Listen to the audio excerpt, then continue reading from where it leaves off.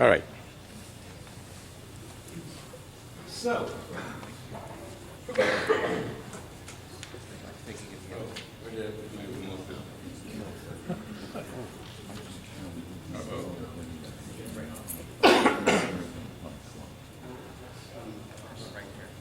oh, thank you very much. So how many of you, I always love to ask that question, how many of you have found yourself in the kind of situation, a heated argument about Israel and the situation in the Middle East? You know, with, yes? Okay, primarily relatives, friends, who maybe we're not friends afterwards anymore, colleagues, you name it. It happens all the time. And the complaint that I kept hearing over and over again from people was that, well, I know what they're saying is not true, is not accurate. They twist the fact, but I don't know how to respond. So that is really what the impetus, what led me and a few friends to create Team. And I hope that today I'm going to be able to give you a lot of material. I chose 5 questions because these are the ones that keep coming back all the time, and they've become practically slogans. So let me look at them one after another. The first one, of course, is the occupation. Is it illegal or is it not illegal? That is the question. The second one is the settlements. You hear it quite often, including U.S. officials, they have repeated for years, oh, the settlements are the obstacle to peace in the Middle East. The third one is Israel, of course, is an apartheid state. And the fourth one is, do the Palestinians have a right of return? I don't know if you know this, but in Carlsbad, which is not far away, there is a national pro-Palestinian organization called Al-Awda, and that means the return in Arabic. They really believe that they have a right of return. But when you start digging, you find that it's not the case at all. So I'll go over that. And finally, if there is still time, you also hear a lot, oh, Israel is a colonial power. And for the life of me, I've never understood that one. So I'll explain to you why it doesn't make any sense. So let's start with the illegal occupation. You know what? I'm going to move this a little bit over here.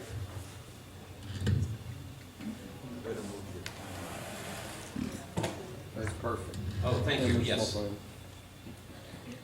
So a quick reminder, in 1947, the United Nations voted to partition Palestine, we all know that, into 2 states, a Jewish one and an Arab one. The Jews accepted. It was not a great deal. When you look at this map, frankly, you have to wonder what these guys from the UN were smoking. One state was made of these 3 pieces, that was the Jewish one, and the other one was made of these 3 pieces, that was supposed to be the Arab one. How do you want to run a country that is made, interlocked into another country with 3 pieces each? Crazy. But that's basically what they suggested. And the Jews said, not a great deal, but we'll take it. It's better than nothing. The Arabs, of course, absolutely refused, rejected it, and immediately attacked Israel. Can you hear me? Yeah. Is the microphone good? Okay. Uh-oh.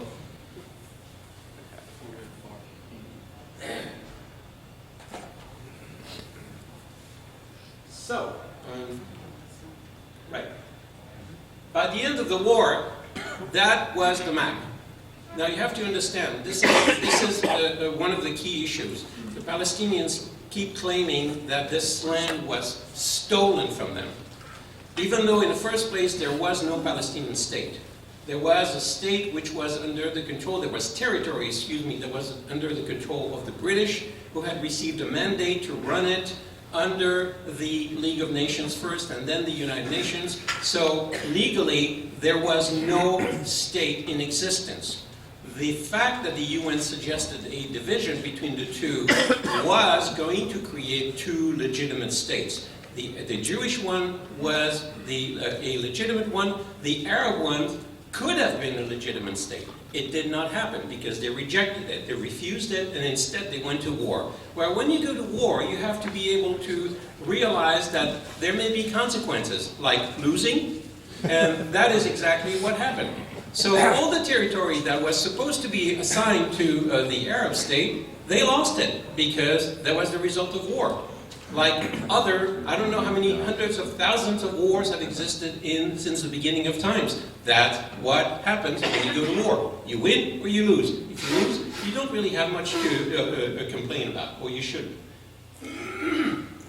And remember, in 1948, after that war was over, nobody was talking about illegal occupation. It's kind of interesting to me that today we talk so much about the occupation of the West Bank after the 1967 war, which I'm going to mention in a minute.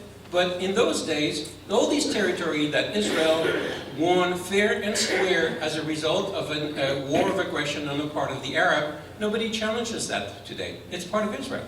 So you see there's a double standard here between what happened after 48 and what happened after 67. But let me move on.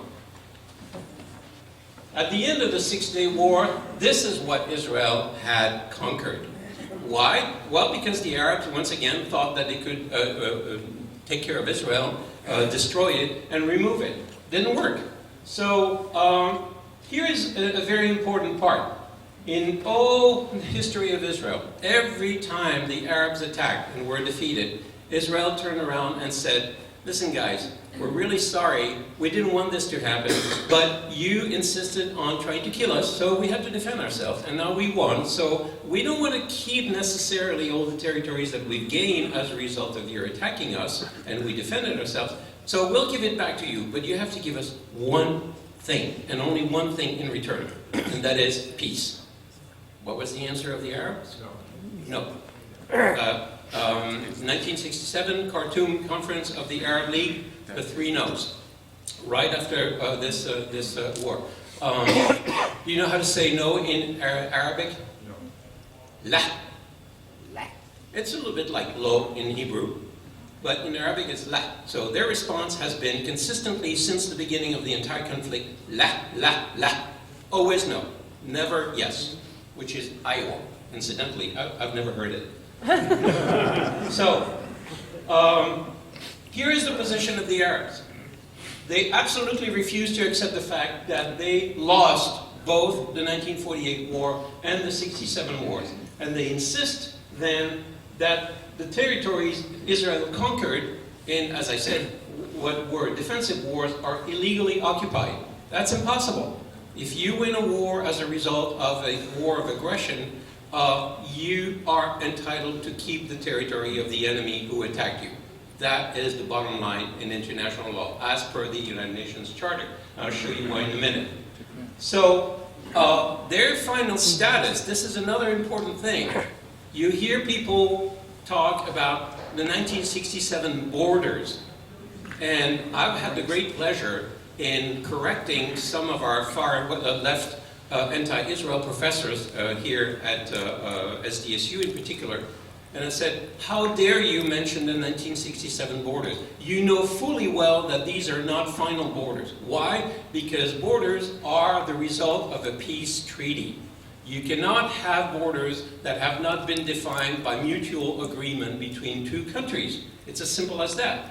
And Israel has tried over and over and over again to make that deal with the Palestinians and to delineate exactly where the border is going to be. The Palestinians have absolutely consistently refused, repeating la, la, la all the time, and as a result, there's no border.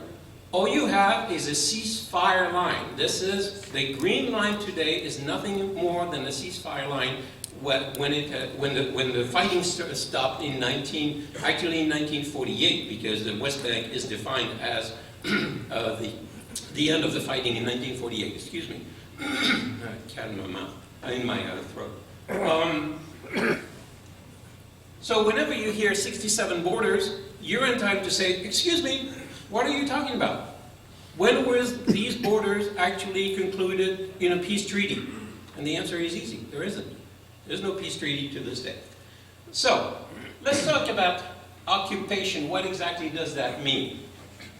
Well, in international law, a state, I already mentioned this, so I'm going to go through this because we have, how much time do we have, by the way? Until, you guys are flexible? Yeah. Oh, good. before it gets dark. All right. Thank you. It's not going to be that bad. Okay. A state that acts in self-defense has the right to seize, occupy, or annex the aggressor's territory. This is the important concept that you will never hear from the other side, and for good reason. So that state that has been attacked may withdraw, which Israel has done from Lebanon, from the Sinai, from Gaza, if it receives guarantees that that territory is not going to be used again to attack it. But it can decide to keep it too. So let's look at two different cases. The Sinai, Israel got solid guarantees from Sadat that there would be peace. There was a peace treaty, the borders were delineated, the Israeli settlements in the Sinai were evicted. It was done properly. There was a peace treaty and there was a recognized border. End of story. On the other hand, if you look at Gaza, which Israel decided later to vacate without anything in return, gambling on the fact that the world was going to love Israel as a result because it was showing so much goodwill? Nuh-uh. And because there were no guarantees, well, what do you think happened? What the naysayers had been saying all along, which was it's going to become a base for terrorist attacks. And that's exactly what happened. So you can give back territory, but you have to have serious, totally guarantees that it will not be used again in an offensive war. The experience that Israel has done in this respect has not been encouraging. So the aggressor state has no claim over any territory that has been seized by the country that it attacked. Whereas the defending state has every right to hold on to the territory seized in self-defense. So what is the situation today? Jerusalem is entirely part of the state of Israel. It is the capital of the state of Israel. East Jerusalem was taken away from the nascent state of Israel in 1948, illegally, by the Jordanian army. In 1967, Israel reconquered East Jerusalem and immediately annexed it. Annexing a state means that you make it part of your territory and it becomes part of your territory. And there's no discussion there. Of course, a lot of people, especially Palestinians, challenge that. But in legal terms, it is part of Israel. I'll be with you in a second. The second example is the Golan. The Golan, which is a tremendously important strategic location from which the Syrians, all through the Israeli history, have been attacking and bombarding the Galil, was taken in 1967, and Israel decided to absolutely keep it from then on, and further, even more so after 73. It is annexed territory, it is part of Israel. The West Bank and Gaza were the only two areas that Israel did not annex. What it wanted to do was to keep it until it would trade it for peace with the Palestinians. Well, they're still there. So it is not part of Israel territory, legally speaking, proper. It is disputed territory. I'll go over the notion of call it occupied or not in a few seconds. You had a question. Yeah, I hear international law cited a lot in things like this. I just realized I don't know where the international law came from, who wrote it, who agreed to it. Does everybody agree to it? And does everybody look at the same international law? Whoa, great question. Basically, you're asking me to give you a lecture on what international law is. I can't do that right now. But I'll tell you one thing, very, very briefly. International law is nothing but a consensus type of law. You have to understand that above the nation state, the national sovereign states, there is nothing. The UN doesn't have authority over nation states. They have their own sovereignty and they do whatever they want. But because they're not crazy, most states around the world understand that in order to live in peace with their neighbors and to have also normal relations with all the other nations of the world, you have to make agreements. You have to live under rules. We all do. We are societies of rules. Now let me ask you one simple question. Do you think that you could send a postcard to Italy, call someone in Thailand, go over the border to do some of your shopping in Tijuana, anything that has to do with crossing the U.S. border is ruled by international law. We take so much for granted, we don't realize that every aspect of our life that has something to do with with other countries, is ruled by an international convention. So to a large degree, it does work, especially the non-confrontational issues. But there are other aspects that are more difficult, and I would love to go into more detail. I think you're answering a harder question than I meant to ask. I just meant to ask, who wrote this international law, and does everybody accept it? This one in particular, I'm talking about the United Nations Charter. So that was the Community of Nations in 1945 when they created the United Nations. By the way, do you know where the UN was founded? Yeah, I heard it. San Francisco, exactly. A lot of people don't know that. It was created in this country. Okay, next. No, wait a minute. Okay.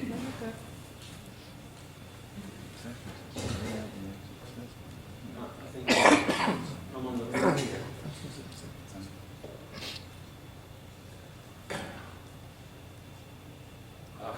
Okay. Step on the loop. This is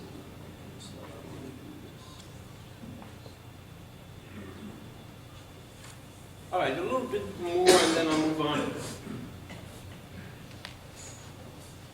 Israel has every right to keep annexed. I already went through that, so I don't need to repeat it. This is just a conclusion. To call the Israeli occupation illegal is inaccurate on both legal and moral grounds. Israel is one of the very few countries, by the way, in history that has been willing to return legally conquered territory against peace. There are very, very, very few cases that I can think of where you have that kind of situation. Traditionally, once a country has conquered territory, they keep it. They don't want to give it back. So let's look at the UN, specifically two provisions. First of all, you have Article 2.4. I'm not going to give you a course in international law, don't panic. There's just a couple of basic stuff. What does it say? All members shall refrain in their international relations from the threat or use of force against the territorial integrity or political independence of any state. Go tell that to the Arabs, to the Arab world. They have been breaking this rule from day one, since 1948. And here's the more important provision. Article 51, nothing in the present charter shall impair the inherent right of an individual or collective self-defense, if an armed conflict, if an armed attack occurs against a member of the United Nations. In other words, Israel has every right to defend itself when it is attacked. And I want to make another point in this respect. You hear a lot on the other side. They always present the facts as Israel being the attacker, the aggressor. When you look at every incident that they mention, what turns out in 95% of the cases is that Israel responded to an initial attack on the part of the Palestinians.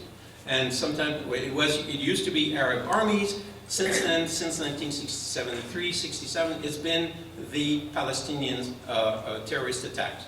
Israel has always been responding. And even today in Gaza, when Israel attacks, it's not just because they enjoy it. You think they don't have better things to do? They respond to attacks from the Palestinians in Gaza, from Hamas. Okay, this thing.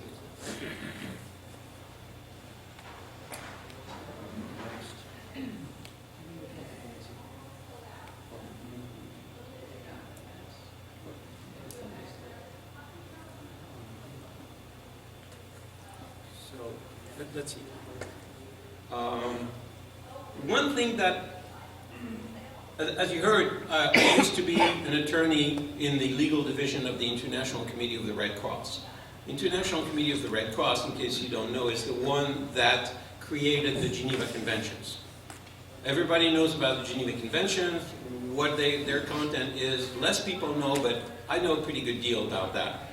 And so you hear a lot that, oh, Israel is violating the Geneva Conventions, especially when it comes to the territories, the Fourth Geneva Convention on the protection of civilian population, blah, blah, blah, blah. We have to look at what exactly the Geneva Conventions say. So the first thing is that the conventions, all four of them, which were created in 1949, I have another presentation on the whole history of humanitarian law, if some of you are interested, but I don't have the time today.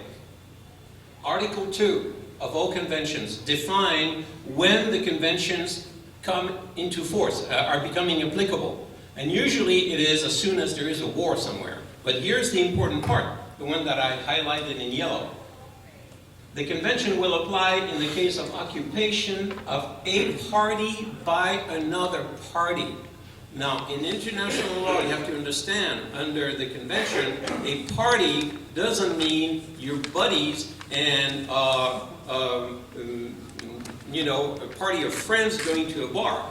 A party here means a state, a nation state, a sovereign nation state, all of them member of the United Nations. So, the West Bank did not belong to any state when Israel occupied in 1967. Jordan had occupied it illegally in 1948, so it did not belong to anybody. It's never belonged to anyone since the Ottoman Empire. Why illegally? Because the Jordanians attacked in defiance of the United Nations resolution that suggested a partition between the two. They ignored the suggestion of the UN to, and they basically attacked and appropriated territory that did not belong to them. In other words, they were the aggressor. They were the aggressors, absolutely, Okay. absolutely. So the West Bank did not belong to any search party, to any sovereign nation. Therefore, the convention does not apply, and the West Bank is not occupied territory as defined under the Fourth Geneva Convention. This, so that you know, is the position of the Israeli government, but it happens to be a legal analysis that I absolutely share. I think it's the most sensible one. To claim otherwise is to ignore what the Geneva Conventions are really saying. So it is occupied territory, in fact, de facto, but not de jure, not in law. And here's the amazing thing. Israel is in solid legal ground here, but despite that, the Supreme Court of Israel has decided to not recognize the legal applicability of the Fourth Convention, but being the nice guys that they are, they accept to apply all the provisions except for the ones that have to do with its security. That is amazing. I mean, I don't know of any country in the world that would have that kind of liberal, generous attitude, and it's never recognized. And I think that's very wrong. I don't know any state at all that has ever done that.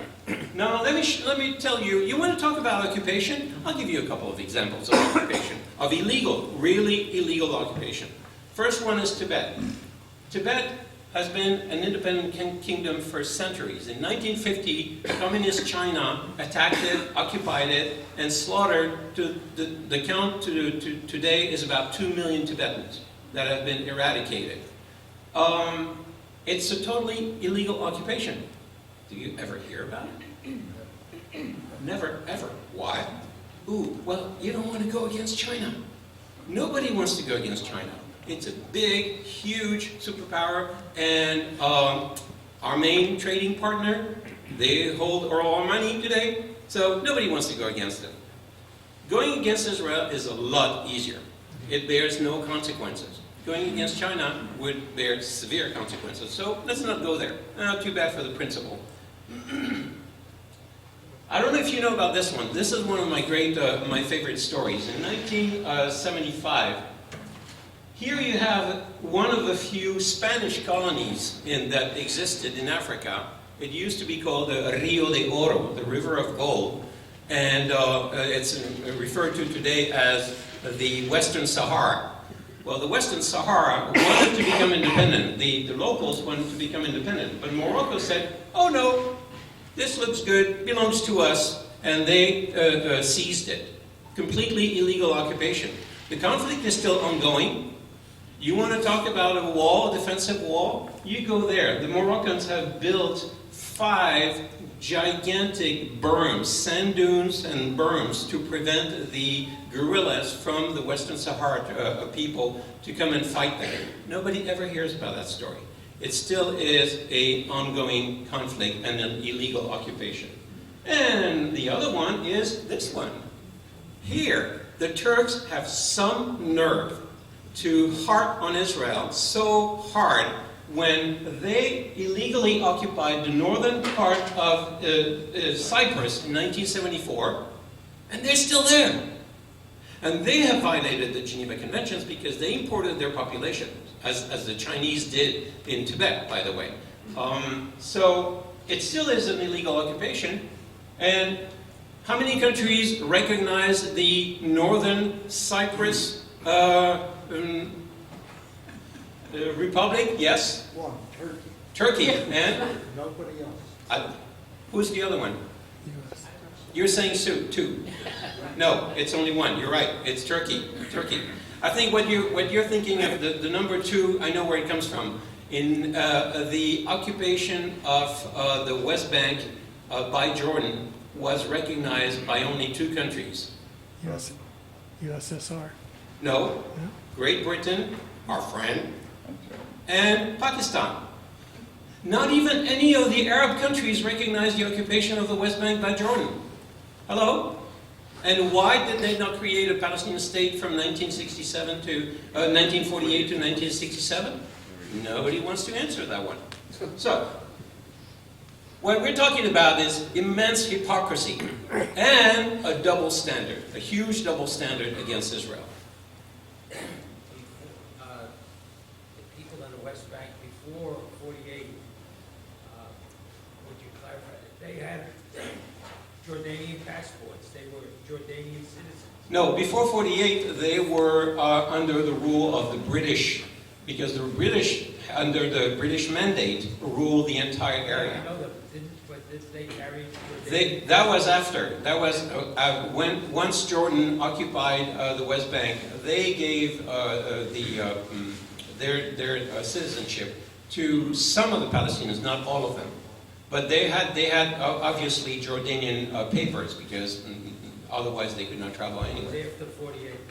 But yes, but after 67, the Jordanians were kicked out, and that was it. And they were not anymore Jordanian citizens. A lot of them went into Jordan as refugees and became Jordanian citizens, which is why more than 60% of the population of Jordan today is of Palestinian extraction, which of course has been giving headaches to the dynasty, to the Hashemite dynasty and the king ever since. But that's another story. Okay, conclusion, yes. I'm surprised you didn't include Texas and New Mexico. I mean, You're right. are you trying to be politically correct? No. I think it's a great example. It's absolutely a great example. So people say, oh, you have to give all this land back because it belonged to us, even though there was no state. And I said, okay, where are you from? You come from Germany or Sweden, and you're an American now? Was this your land ever before? No.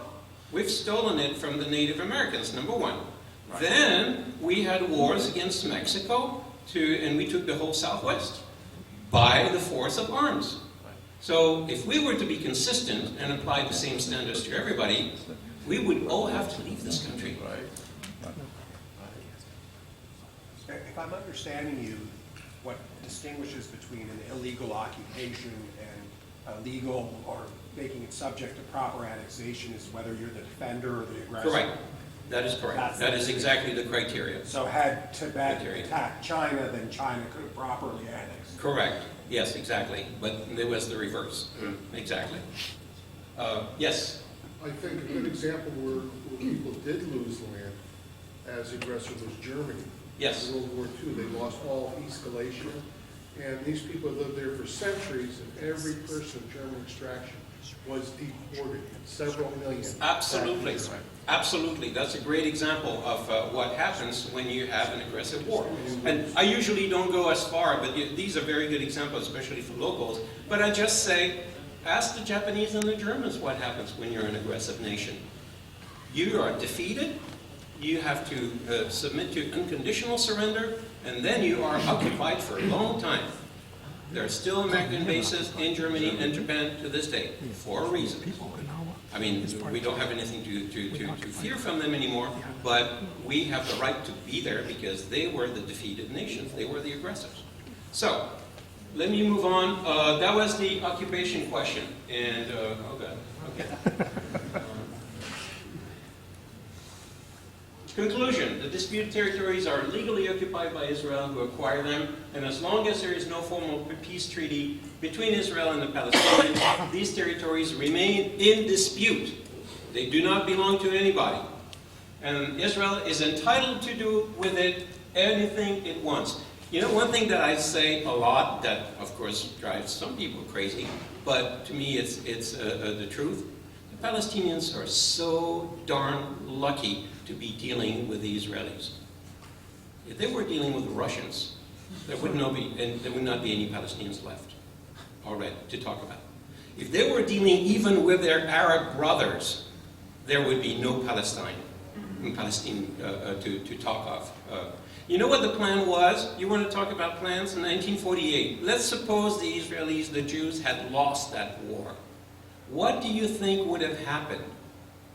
Do you think the Arabs, the Syrians, the Egyptians, the Jordanians would have gathered together and said, oh, let's create a new country for our brothers, the Palestinians? No. What they would have done is take the map and said, okay, you take that chunk, I take that chunk, and we take that chunk. And there would have been no Israel, no Palestine, and there would be no more conflict except between each other. All right, the settlements now. That's another really touchy subject. Okay, after 1967, that's when they started appearing. The Palestinians and the Arabs missed their golden chance, the absolutely golden chance to get their country and create their country without a single Israeli settlement in 1967, when Israel said, we'll give it to you back, but you have to give us peace in exchange. And they said, la. So, what was Israel to do? In the meantime, Israel has the legal right to do whatever it wants with the disputed territories, so it started moving in. There are three types. You have the government-sponsored one, you have the ideologically, religiously driven ones, and then you have the economically motivated ones. The economically motivated ones is probably the majority because it costs a lot less to buy an apartment beyond the so-called Green Line than it does in Jerusalem. And the biggest settlements are, quote-unquote, are actually suburbs of Jerusalem. They're not settlements, they're suburbs. They're cities, apartment buildings, and normal cities. So the image that is painted here in the West, especially by the media, is the second category. Oh yeah, all you see is the trailer on the hill. That's the only one that they try to show. Or they interview some extreme ultra-Orthodox woman that says, well, this is our land and it belongs to us because it says so in the Bible. Well, that doesn't go very well with the American public, except the evangelicals. And they paint a really distorted image of the situation. But let's talk about what that means. As you can see, the majority are here around Jerusalem. You have chunks here, and they're basically within a few miles of the Green Line. They're not here. Well, you have a lot of small ones. You have the so-called outpost settlements, and then you have the a line that Israel insisted it absolutely must keep, no matter what the negotiations lead, in order to prevent infiltrations from Palestinian terrorists from Jordan. So that is a sine qua non that Israel will always keep. But right now, this whole area is actually divided in 3 zones as a result of the Oslo Accords. You have Zone A, which has been given entirely to the control of the Palestinians. Cities like Jericho, you don't have Israeli soldiers there. They are run by the Palestinian authorities. Then you have Zone B, which is mixed Israeli and Palestinian forces to maintain security. And then you have Zone C, which is primarily empty desert, which is not handled at all by the Palestinians, still under the control of the Israelis. And the idea was to hand over more and more territories to the Palestinians so that eventually they could become their own state. But in order to get there, they had to honor their own promise under the Oslo Accords and the roadmap, and they have not. So that's really the bottom line. And we're stuck today because they have not honored their commitments. So are they illegal? That's the big question. Well, if you have decided that the occupation itself is illegal, then of course you're going to think that the settlements are illegal too. And if you think, as I do, that the occupation is not at all illegal, well, then the settlements are not either. Again, as long as the Palestinians refuse to conclude a lasting peace, the West Bank remains under Israeli control and is Israeli property. Not some fictional future state that still doesn't exist. But even if it is, and here's an important question that I don't hear many people ask. Why can't 350,000 Jews live in Palestine as Jewish Palestinians when there is 1.2 or 1.4 million Arabs living in Israel as Arab Israelis, the Israeli Arabs? So which one is the apartheid state here? Which one is segregating against an entire category? Palestinians. The Palestinians, of course. So here we have to really ask the end of a double standard. There's 1.4 million Arabs living in Israel as Israeli citizens with all the same rights. And of course there are social problems. I'm not questioning that at all. Show me a country that doesn't have social problems with minorities. Everywhere, no matter what. Even Switzerland, where I come from. So, long time ago. So, why is it so inconceivable for the Palestinians to have Jews living in the future state of Palestine? And it's interesting because in the last 3 months alone, at least 3 official representatives of the Palestinian Authority have stated publicly that the first thing they do when they become an independent state is kick out all the Jews. Make it Judenrein, the German word for pure of Jews. Remember that argument because that's a really powerful one to throw at them. All right. Oh, I know what happened. I forgot to press this, so the coloring is a little slow. We're moving there. Okay. To be true, to be honest, I don't know how many Jews will want to stay in quote-unquote Palestine because there's no guarantees that their security will be provided. That is really the main problem. But as a matter of principle, they should be able to do so if they wanted to. So should they be dismantled, which is the big argument? Well, I say no, because number one, as the Israelis pull out from Gaza, from Lebanon, have shown, terror is the only result. If you do not have absolutely ironclad guarantees, security guarantees, Israel would be really deaf and dumb, and I don't mean any disrespect to anybody who is hard of hearing, but Israel would be really not very smart if it went ahead with another pull back without security guarantees. And now the West Bank presents a very serious security issue. I sent recently to the list a very interesting website created by some Israelis that showed the views from the westernmost point of the West Bank. If it was controlled fully by the Palestinians, you can reach the entire coast of Israel. And you can start firing rockets there, you can start shooting airplanes from Ben Gurion. Can you imagine what it would do? If they shoot one single airplane on and off, taking off or landing at Ben Gurion Airport, the country is asphyxiated. It's as simple as that. There will be no more flights coming in or out. And Ben Gurion is the only airport in Israel, civilian airport. There are military ones, yes. A lot. Oh, there is a small one in Elat, that's true. That could come, well, I don't know, they could handle that kind of traffic, the traffic that Ben Gurion does. But anyway, my point is, it's a very serious risk.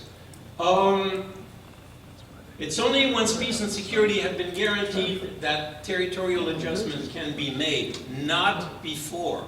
You have to have those guarantees, and they have to be solid. So Palestine, the state of Palestine, this is critical, must be held to the same standards as every other country regarding the welfare and safety of minorities. So if there are Jews that stay in Palestine, they must be treated like any other minority, like the Arab Israelis are treated with all the legal guarantees that Israel provided. All right, so finally, are they the main obstacle to peace? That you hear that so much. Absolutely not. Because Palestinian terrorism started long before the West Bank was occupied and became disputed territories. Even if there were no disputed territories, the Palestinians would find another reason to justify their rejection of the very existence of Israel. That is the problem. They do not want to accept the presence of an Israeli, of a Jewish nation in the midst of the Arab Sea. Gaza is actually the primary example to what you're claiming. That There's no settlements in Gaza. Oh, yeah, no. Israel pulled out of Gaza, completely evacuated all the settlements, quote-unquote settlements, right. and we see what is happening in Gaza today. That's right. And We have no guarantee, but this was because, and you're absolutely right, it was a unilateral move, therefore there are no guarantees, and this is what's happening. Exactly. So, very mistake. based on these two lessons, moving out of the West Bank without solid guarantees would be total foolishness, would be suicide. So Gaza and Lebanon exactly have proven that if you give it to the Palestinians, the land that they just claim, they just keep repeating, it is our land, it is our land. Well, legally, it never has been their land. There has never been a Palestinian state as such. So you can claim something until you turn blue, but if it's not true, what good does that do? The problem is, what it does is that it convinces people that don't know any better. And a lot of people believe that lie because they don't understand that this has never been the case. So all it does is encourage them to be more aggressive. So conclusion with that, what are we to do with them?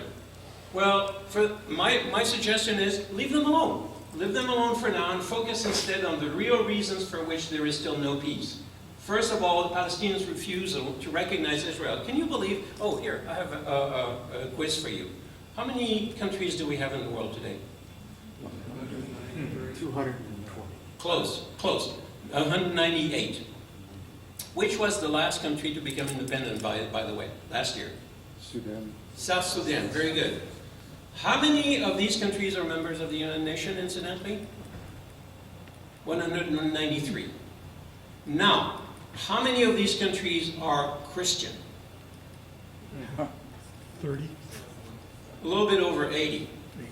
You know, it depends on definitions. Is Then the you United have States Christian? 30 more countries, especially in Asia. They don't really have defined religion, but they're not Christians. Like Japan is Shinto in majority, Burma and so forth.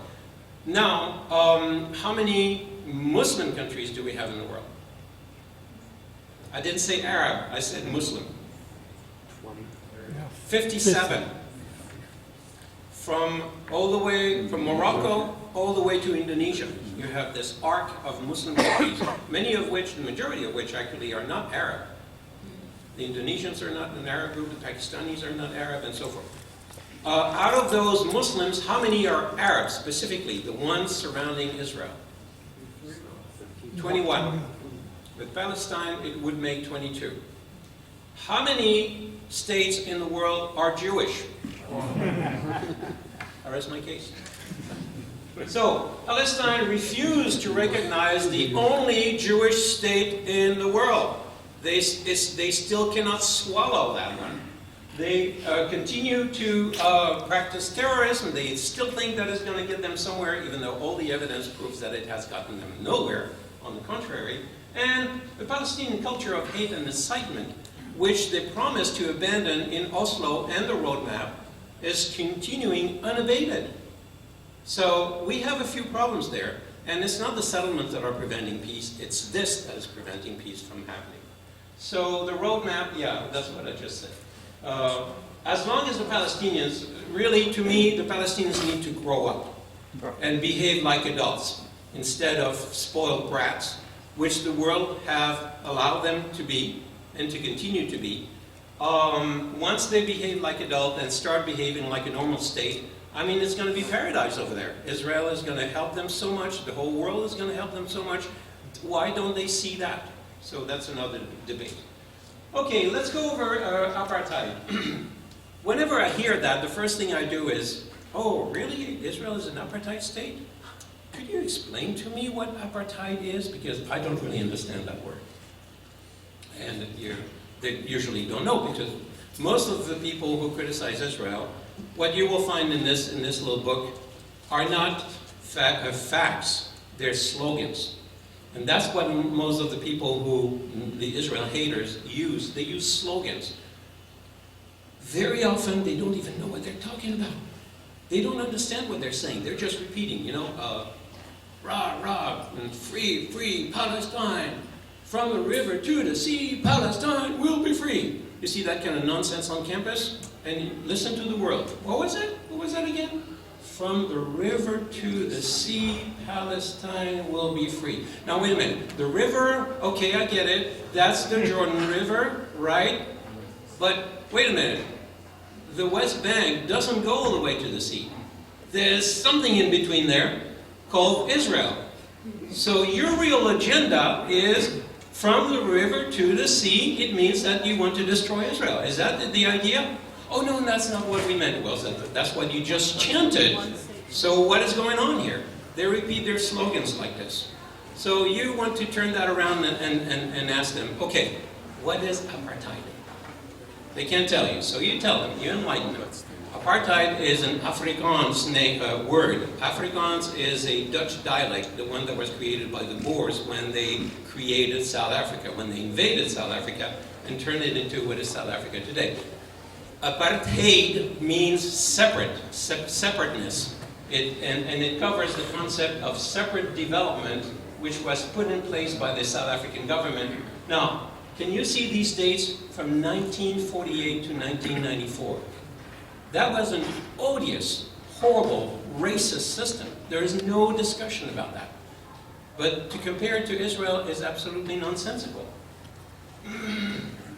What was it? There was a whole web of laws, a little bit like Germany with the Jews. They had developed an entire legal system to discriminate against a category, namely black people, but not just black people. Asians were also considered as a separate category, and there were laws barring anybody from one group marrying someone from the other. It was unbelievable. So, it imposed unequal and unfair treatment in all aspects of life, from education to legal. Here's the other big difference with apartheid. Despite the fact that the black people would have had very, very good reasons to raise in violence, and many years ago when I was giving lectures for the International Committee of the Red Cross, I was very pessimistic before the end of apartheid. I really believed that it was going to end in a bloodbath, because the blacks had been oppressed for so long and really oppressed by the white minority. But guess what? They never resorted to terrorism, except for a couple of cases. They never used terrorists as a weapon like the Palestinians have since the beginning of the conflict. And that is a big difference between the two. Were Jews considered a race under apartheid? You know, that's a very good question. I don't think so. I think they were considered white people. Yeah, they were considered white people, so they were immune from any oppression there. And actually, there were some prominent Jews in the anti-apartheid movement. We didn't hear that question. The question was, were Jews considered as a separate group under apartheid? And the answer is no, they were considered as white people. And as I said, there were prominent Jews in the Jewish community that were very anti-apartheid. You know, basically, South African societies on the white side was divided between two groups: the Boers, the hardcore Afrikaans, and the Anglos, the ones that resulted from the fact that the British came, invaded, beat the Boers. There were two wars against the Boers, in case you don't know it. It's a very interesting story how the British defeated the Boers and created, incidentally, the concept of concentration camps was created during the Boer Wars by the British, invented by the British. Another medal on the British chest. So, let me see, where am I here? Right, so the black people never resorted to terrorism, and I think that's a really important point to mention. Now, does the concept of apartheid apply to Israel? And here is where you have to be kind of subtle when you answer that accusation. First of all, you ask them for a definition, as I said. Then you say, well, what are you exactly talking about? Because here is where they fudge the picture. Are you talking about Israel proper, or are you talking about the disputed territories? And the truth of the matter is that they are actually referring to the disputed territories, because Israel has had to take a lot of security measures because of Palestinian terrorism and the Palestinian attacks.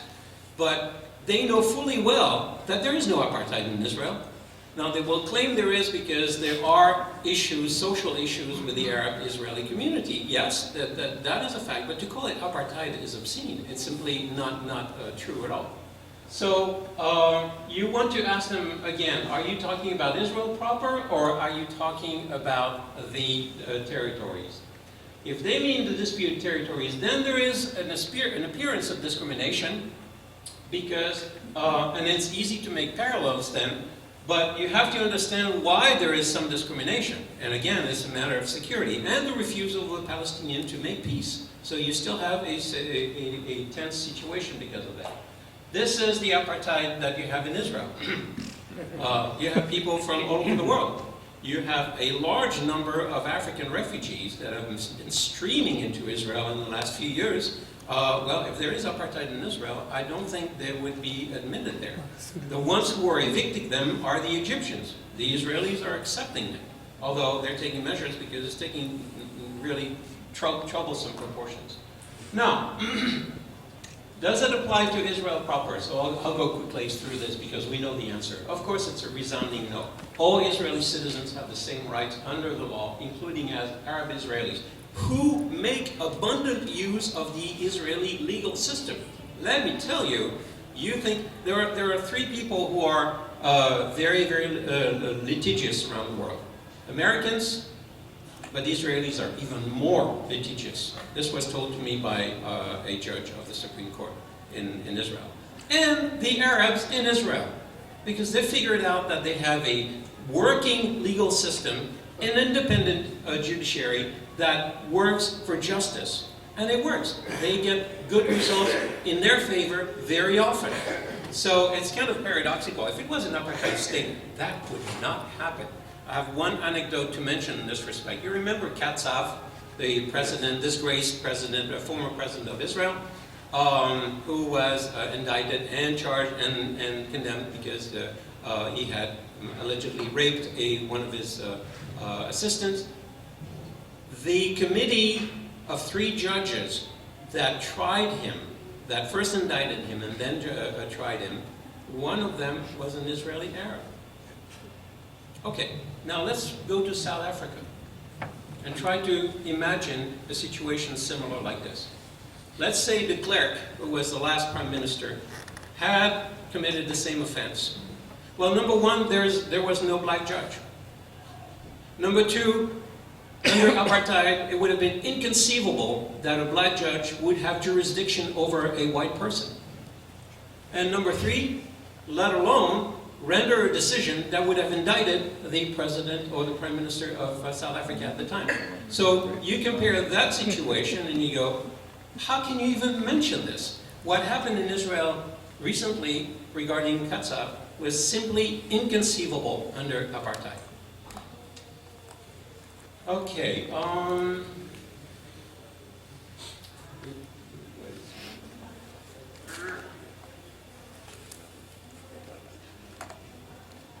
Question, yes, can a Jew marry a Palestinian in Israel? I'm sorry?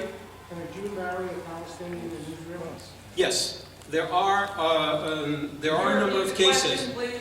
I'm sorry, the question was, can a Jew, can an Israeli marry you mean an Israeli Arab? Israeli Arab, absolutely. The problem that there are some issues with Israelis, Jewish Israelis marrying Palestinians from the West Bank or from East Jerusalem. Because there are security issues at stake. And so each case is reviewed very, very carefully because there are clear indications in a number of cases that they are doors by left-wing, radical female Jews who want to marry Palestinian activists in order to allow them to get in Israel. So that's an issue that Israel has to pay attention to. But other than that, yes, they have the right to marry who they want. Now, I don't want to go there because that's another issue altogether. They will not be recognized by the rabbinate, and as a lot of other people are not recognized by the rabbinate, which is why so many Israelis, Jewish Israelis, go to marry into Cyprus because it's a lot easier. But that's a completely different issue, and I don't want to go into the whole ultra-Orthodox thing because we'll be here until tomorrow afternoon. Whatever their religious affiliation, everybody has the same political rights and can form political parties. How about that one? There is an Arab political party at the Knesset, and do you know how many MKs they have in the current configuration of the Knesset? 10. 10 Arabs. Arab Israelis. Try to imagine a political party of black people under apartheid. Inconceivable.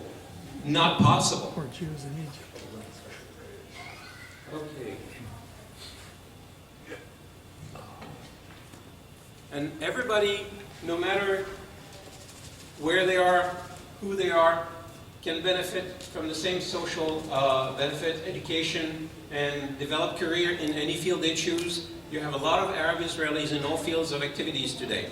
And it's kind of interesting to see the growth of Israeli Arabs who have embraced Israel, who are fluent in Hebrew, which unfortunately is not that often the case in reverse. I wish more Israelis would learn Arabic. I think it would make more sense because it's the two national languages. But then again, I'm from Switzerland. You know where the three national languages are in Switzerland?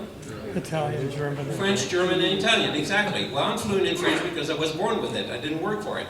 I had to learn German painstakingly in school, but I'm not really that good. Nicht sehr gut about it. And parlo italiano, beh, sì, più o meno. I speak Italian, but that's because my mother was Italian, so I cheated.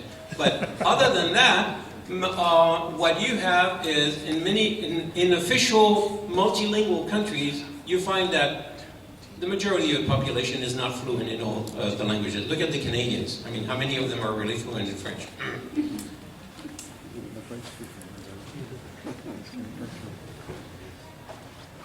Right. That's the answer to your question. Israeli Arabs are free, and Jews are free to commingle and even marry if they so choose. So, I think we're done with the apartheid question. No, we're not, because does it apply now to the disputed territories? Well, I think the battery's out.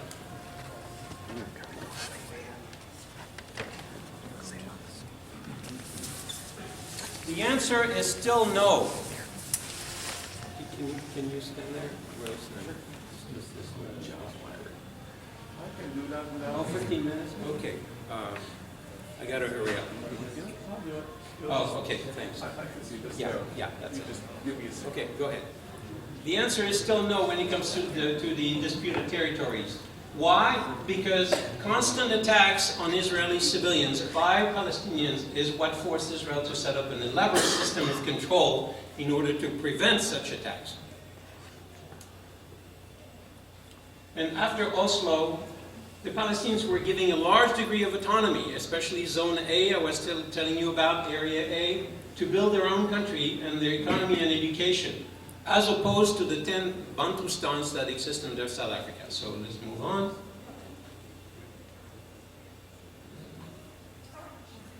Okay. Let's glitch here. So I'll skip that one because we have to move on.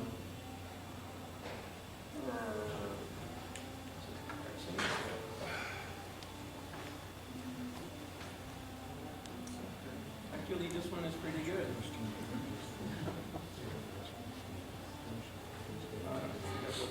Oh, here we go. To call Israel an apartheid state is to ignore reality and to apply double standards against the Jewish state, ignoring in the process real cases of apartheid, especially in Muslim countries. And it also diverts attention from the second-class citizen status of the Palestinian refugees who are still living in 59 refugee camps since the 1948 war. That's where they are. Except for Jordan, a Palestinian, I think that's the next one. Except for Jordan, a Palestinian cannot get the citizenship of the country where they are a refugee.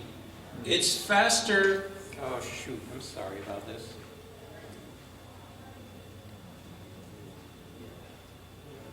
Okay, I'm gonna run.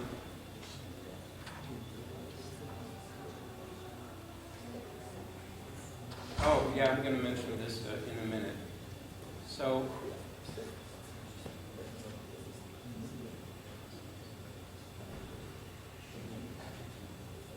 you know the facts very quickly about the refugees.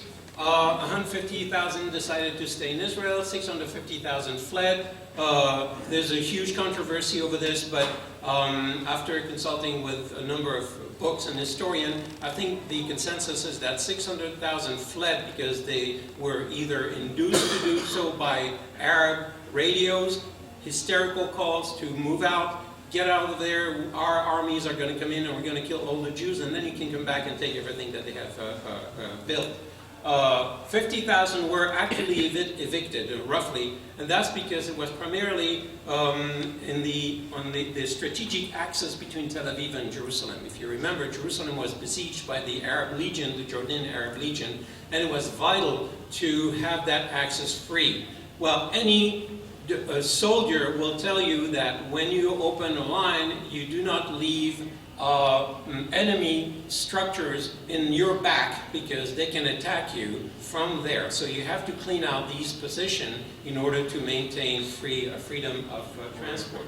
So that's basically what happened. That's why today we have these 650,000 refugees have multiplied into, between the different countries, 4.5. Can we hold on the question because I really want to try to move on. The radio broadcast said any Arab that doesn't leave and clog the roads and stays behind will be considered an enemy.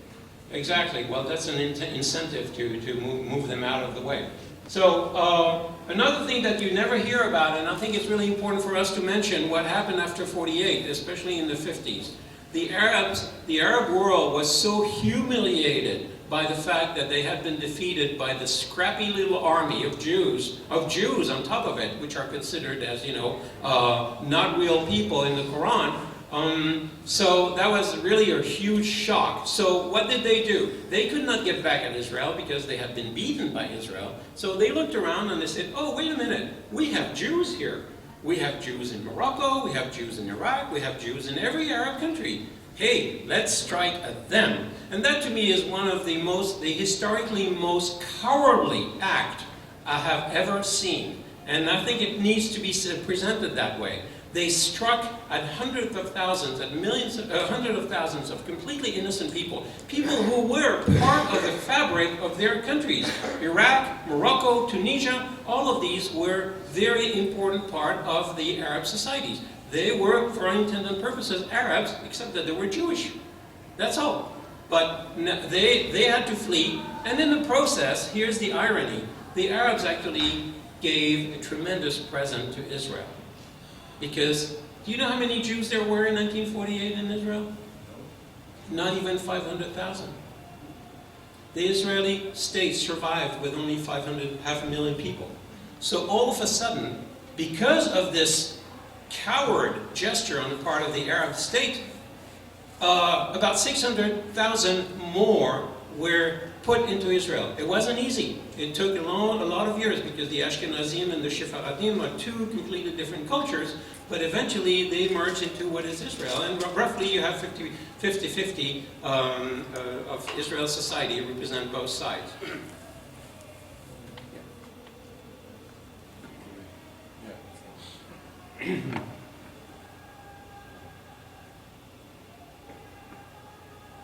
I do want to mention something here because it's really, really important.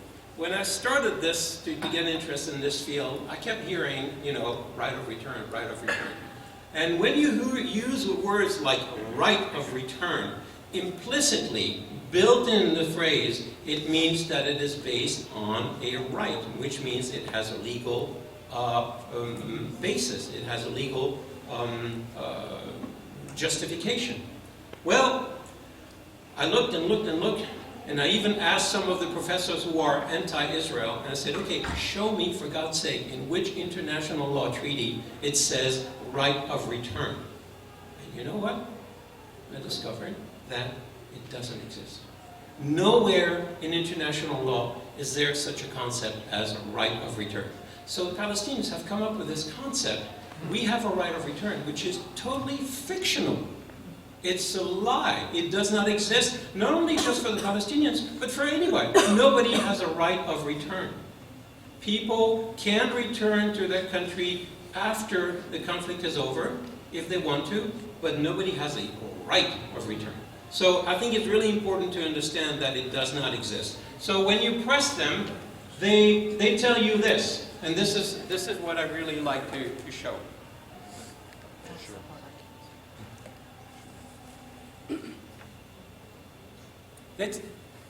I had this exchange with Professor, what's his name? He's a pretty horrible character. From the yeah, there are so many. You're right.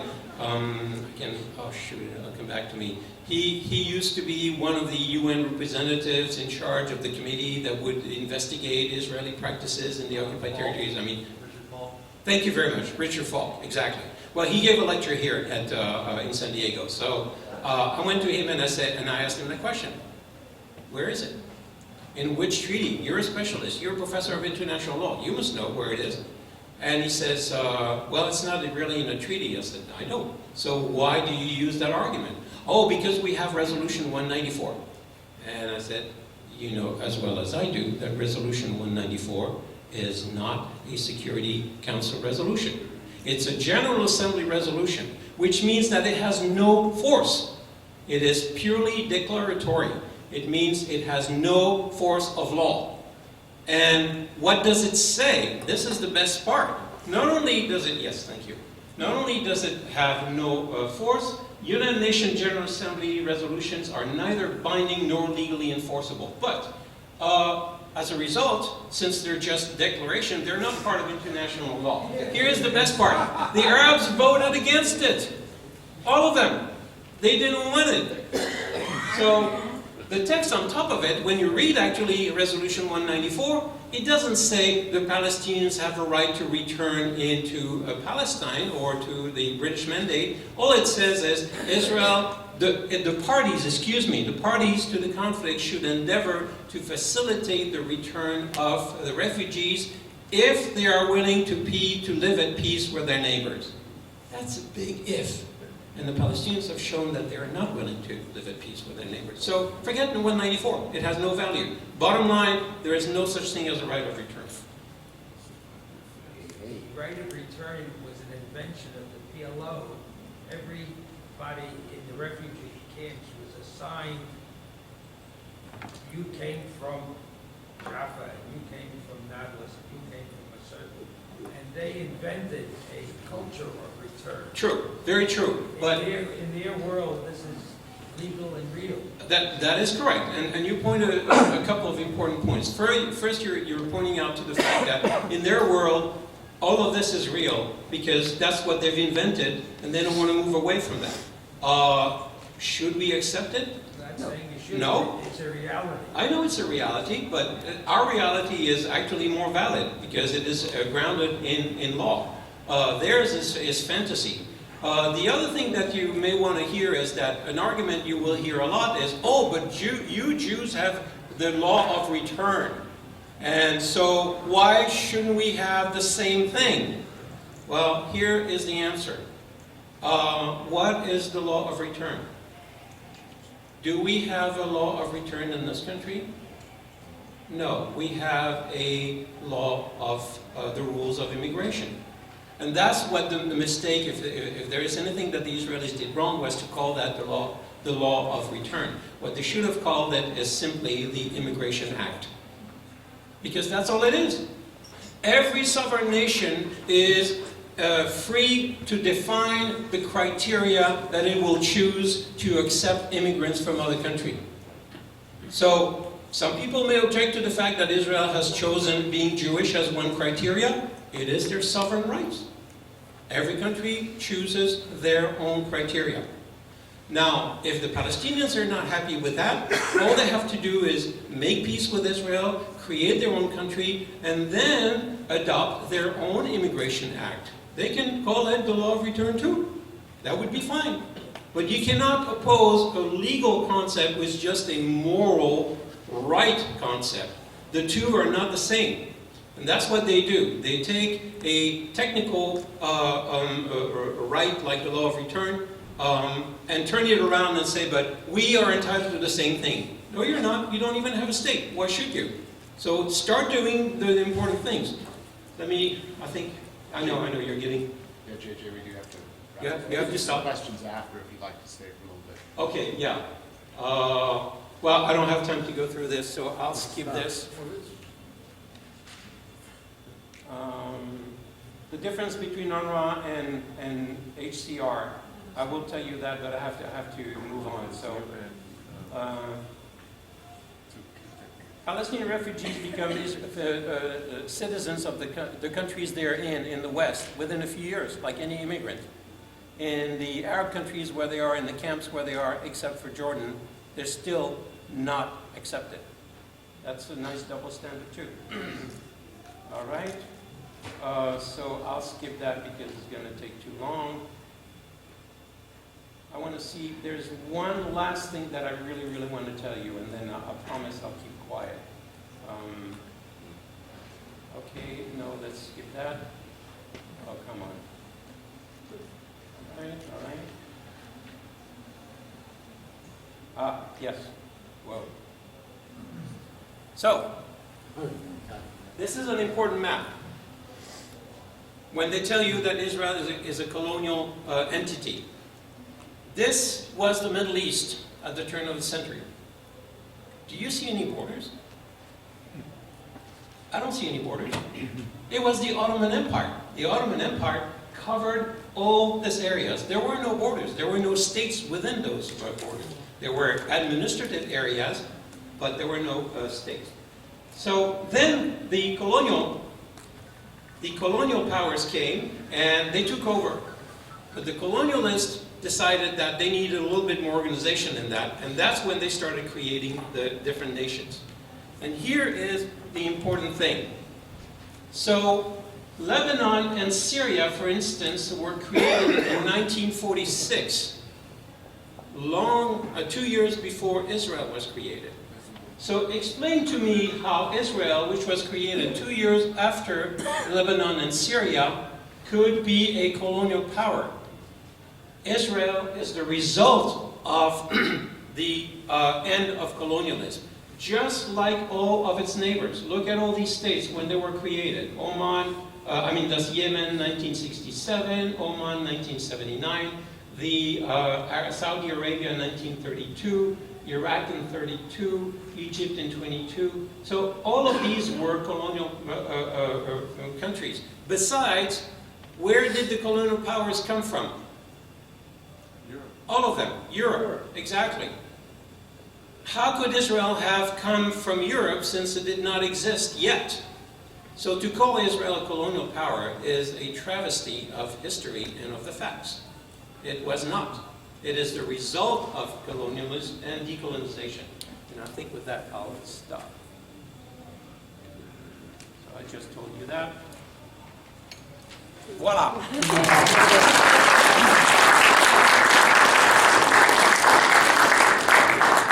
Just quickly, I apologize about the timing, but as JJ had mentioned, we had a number of items up here that you're welcome to come and see. And if you have time to be able to talk to people who would like to after the children are going to be breaking out in a few minutes. So if you indulge me, thank you very much again for being here with us. My today. pleasure. Thank you so much. I do want to check it out. We're going to have our guest pick your name, please. JJ? Mind picking a name? Sure. Oh, sure. Grab a good one. He's got his back, so we'll just put that names. Oh, Mr. Ross, wherever Steve is. There he is. I just want to make one comment. I said earlier that Rabbi Atiyah is the next program. I made a mistake. He's going to be at the end of February. The next program is going to be the preview of the Jewish Film Festival, so join us for that. And quickly, I would just let you know, please bust your tables. We do have a meeting coming in, Abdallah program coming up at noon here. Men's Club board members, we have a meeting which we do have to move through pretty quickly due to other commitments. And if you're interested in the shelter I mentioned, see Larry Krasnow. There are other opportunities to help other congregations, and we can get hold of Larry. Comedy Night is, I failed to mention, our only fundraiser for Men's Club for the year, so please participate. Okay, one second. While you're bussing your tables and getting ready, just a reminder that at 1:30 this afternoon, they are casting for the Purim Spiel, Wizard of Oz, in Shushan. If you're interested in coming out and being part of the cast, please come by at 1:30 this afternoon. Thanks, Mitch. We'll see you all on the 5th of February. Thank you.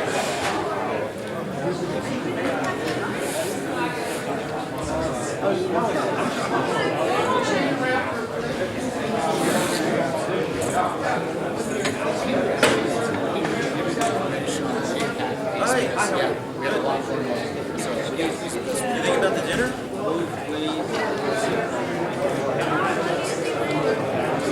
We doing? You're looking good. I can see that.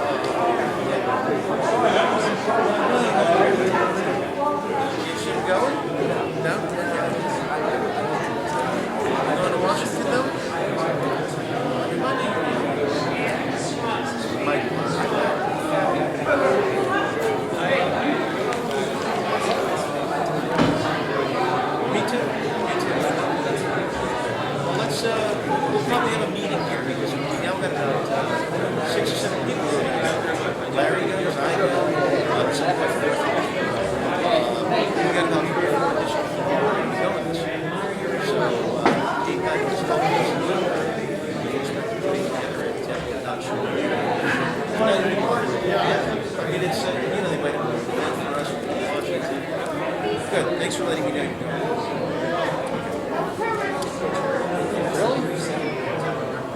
Yeah, I'm all set.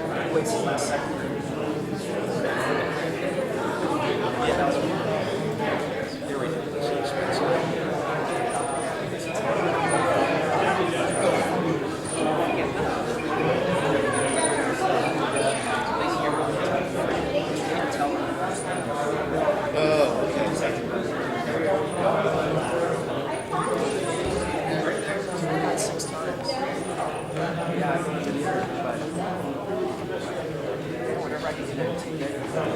Here's my cell phone number.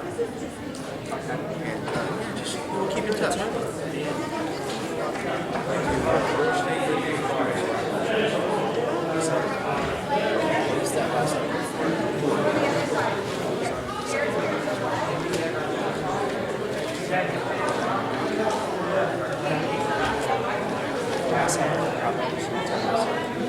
do you say?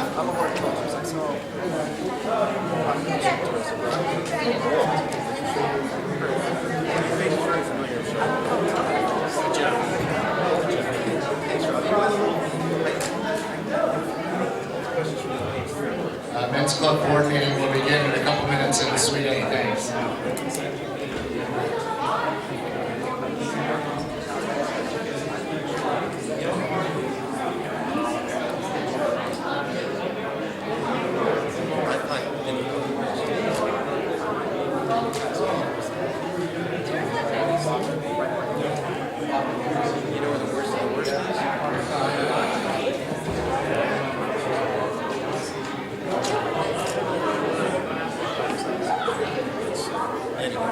Jeff's going to Washington as well.